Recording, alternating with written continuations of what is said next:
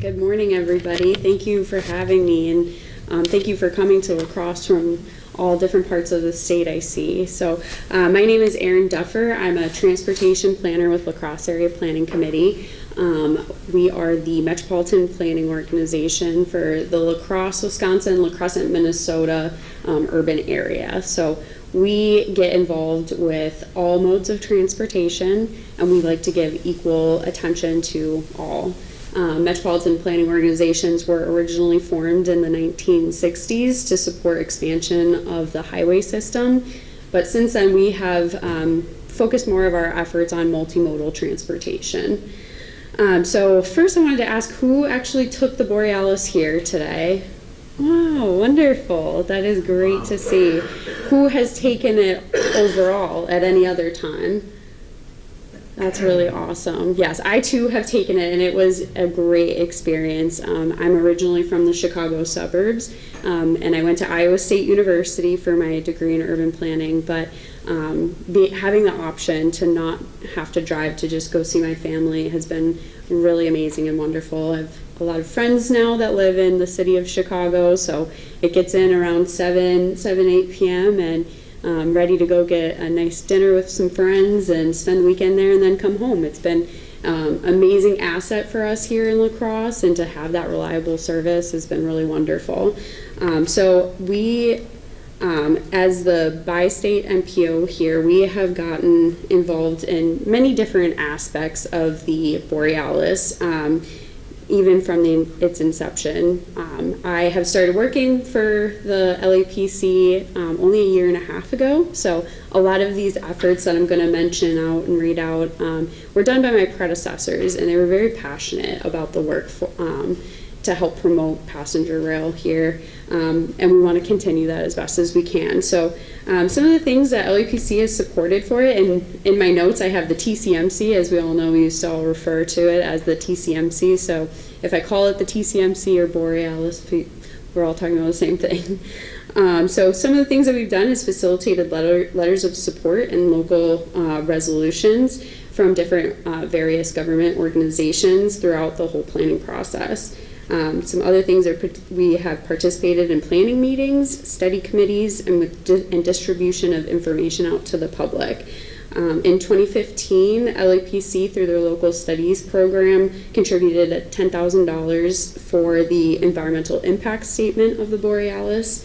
In 2017, we contributed $40,000 for the Phase 2 Amtrak study, and then as well another $40,000 in 2018 to continue that study. So overall around $90,000 we have contributed of our own local funds that come from our various local dues from different of our membership organizations and local units of government. But our in-kind contribution has been way more support in that too. And then we are also an active member of the Great River Rail Commission. That has been really wonderful to keep us all connected between the three states here too. I did read a report back in 2021 that the Borealis would see 50,000 passengers annually. And that has drastically changed. As we saw just in 22 weeks, we saw 100,000 passengers. That's an amazing testament of the need of this service for this area and how we can expand it. So some of the benefits that we have seen from it is that the rail improvements and upgrades that also benefit freight here, and through the bipartisan infrastructure law has been wonderful to kind of fast track some of these projects that have been in the planning process for several years. So continuing to advocate for the need for this through funding to our national leaders and local leaders is paramount to making expanded services happen more. There's also been a lot of business benefits. I have heard that there's a lot more day trips for meetings, and it's more feasible this way. Just talking to some people that are able, just for example here, using the Borealis to come here for a meeting, it makes it a little bit easier in person again. There's a lot of tourism that happens here, and then also in the large cities of St. Paul, Minneapolis, and Chicago, Milwaukee. So we're able to get moving around that way. There's also, we have 3 universities here, or a technical college and 2 universities here. So student population is very important to help those students who are especially non-drivers get to their hometowns. That has been a wonderful asset as well. And there's been proven success of collaboration between the 3 states like we haven't seen before. It's been, as a bi-state MPO, I can attest to the difficulties of working with the Minnesota DOT and the Wisconsin DOT and how things are so different, and then now add in the Illinois DOT. I think it's been a really awesome proven success story here and how we can continue that collaboration. And the list goes on and on of the benefits, but lastly, I just want to say that our work is not done here. We want to continue to support the Borealis and other passenger rail expansions across the state as best as we can. If there is other studies that need to be done that LEPC can support this, we're open and willing and eager to get started. So just wanted to thank you all for all of the work that each and every one of you have done to support passenger rail too, whether it's big or small. Working together, we can bring us more closer to having a more passenger rail here. So, thank you. I'm Terry Brown.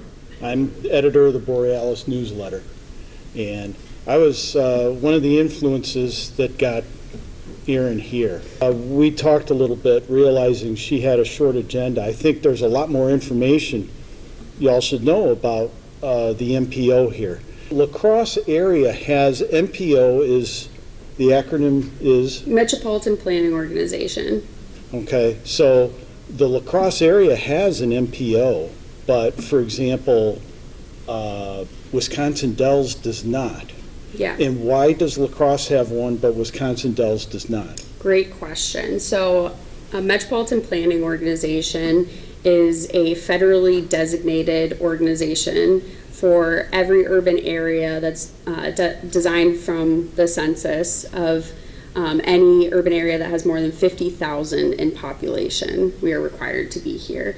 Once we get over 200,000 in population, the larger metro areas, they're a much larger organization, and they're transportation management at that point. So they're called TMAs compared to an MPO.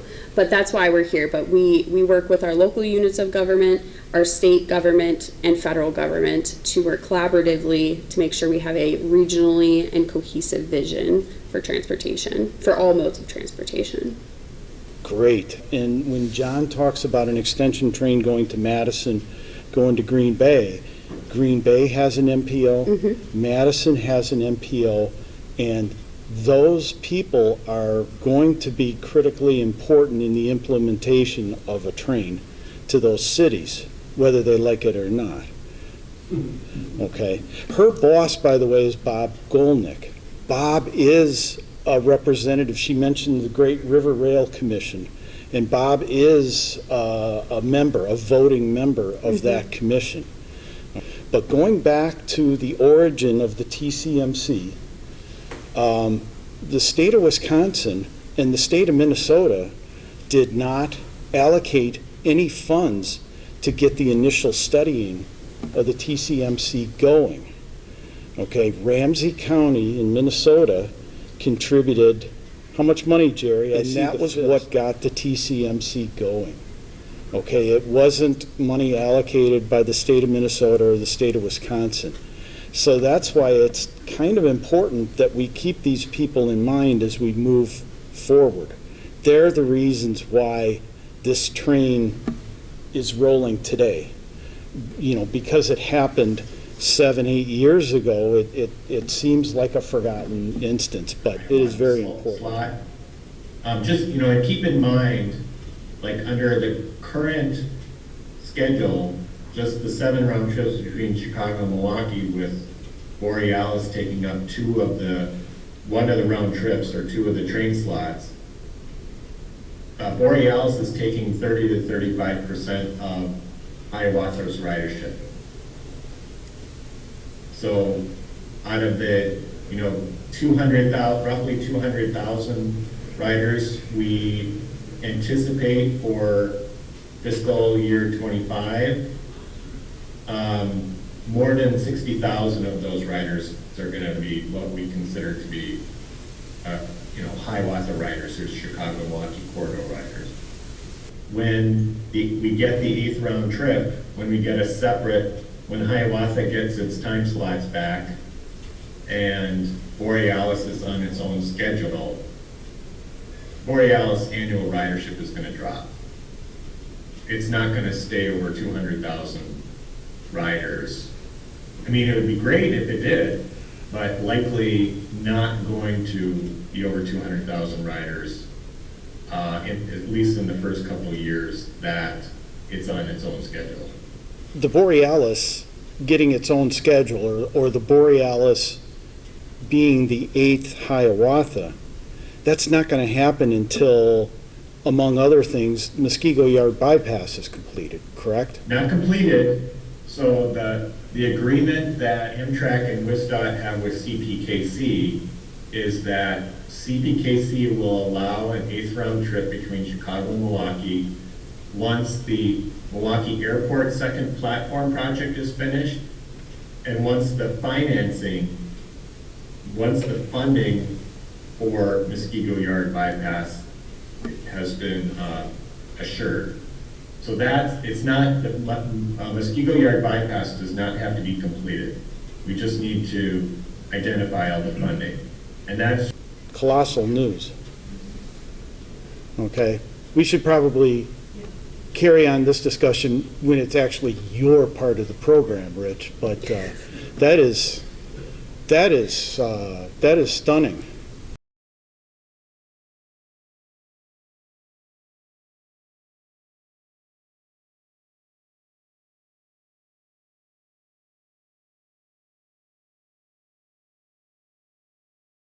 Let's get back to LaCrosse. Thanks, Rich. Appreciate that input. your thing. Let's get back to LaCrosse. A couple of things that I kind of elbowed here with Erin. So when did you start working for the LaCrosse MPO? A year and a half ago. Oh, man. See, you've been around a while. And you replaced... Jackie Eastwood. How many people remember Jackie Eastwood? Your hand doesn't go... All right. Okay. All right. And your boss, Bob Golnick, started at the beginning of this year. Yes, about a year ago. So he, He replaced Peter Fletcher. Mm-hmm. Okay. I was in discussions with Peter Fletcher. Ian Weiser, Ian, raise your hand. He'll be up this afternoon for those of you that hang around. He's our website manager. He's done an incredible job for our website. We met Bob Golnick in September, and one of the things that I've been talking about, let's go back to Peter Fletcher. One of the things Peter Fletcher talked to me about was there's this bus that connects on a couple of the local towns that if a rider tips off the driver of the bus that they want to go to the Amtrak station, they'll take them there. Mm-hmm. And not a 3-block walk that she was talking about with the existing LaCrosse. You know something about that bus system? Yeah, so it's the Scenic Mississippi Rural Transit, and it goes, there's 3 routes, one that goes east all the way to Sparta, and then one that goes and circles around to Viroqua, and then all the way down to Prairie du Chien. So those are daily bus trips. They are a deviated fixed route, meaning that if, like you said, if a rider says, hey, can you actually drop me off a little bit closer here, the drivers are willing and able to do that. So that has been an amazing asset for us, and it's well used. However, bus systems in general have been dying over the post-COVID, and funding for it has been decreasing, as well as costs have been increasing. So we're in this tricky situation. Well, is the smart bus going to survive if we can't get more funding? So another way that we would be able to do that would have a taxing authority and have a regional transit authority, but those are actually illegal in the state of Wisconsin.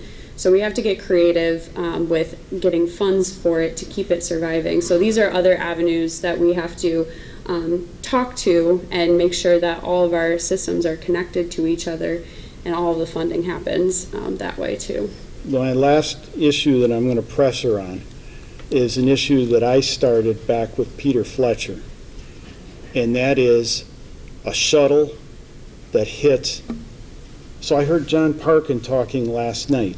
There's 3 universities or colleges in La Crosse. Everybody knows about University of Wisconsin La Crosse. Viterbo. What was the third one? Western Technical College. So the times, like when Ian and I visited in September, blown away by the number of college students that were boarding the train.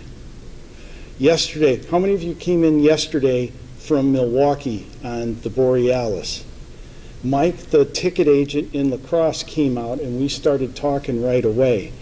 And the first thing out of his mouth was, there's so many college students around here, I can't believe it. He's talking about students that are coming to the depot to board the train. And that's before we have a shuttle. So your boss is on a committee that's trying to get a shuttle going. Now, this can't be something that runs all day. You want to take it from there? Yeah, so we've been in conversations specifically with the University of Wisconsin La Crosse. There's a lot of international students at the university too that are struggling to figure out ways of how they can get home for the holidays, and having this service really gets them a more cheaper option to fly out of the country. So we're currently working with a dedicated professor who's passionate about helping these students get to where they need to go and try and do some wayfinding activities, and also pamphlets for how they can navigate, who to call, things like that. Yeah, if there's any questions too, I can answer. Yeah. I'm staying here and had a conversation with the front desk manager about what a wonderful position that Radisson is in, because they are, to my knowledge, the only shuttle to the train. And so I was brainstorming with her. She goes, oh, that's a great idea. Oh, that's a great idea. But I don't think she knows where to start. Do you deal with people like that? We're open to willing to. We mostly work with our local units of government, but whether there's a study that needs to be done, we can for sure work with them. I think that's wonderful. We do have the municipal transit utility bus, which is our municipal bus service here. They have the bus that goes around every 30 minutes to the Amtrak, but however the stops are about 3 blocks away, and it's not signed very well. It's not as easy to navigate. So we are trying to prioritize working with the MTU to see if they can get a bus stop there at the station, and how do we advertise it a little bit better. So when the board, and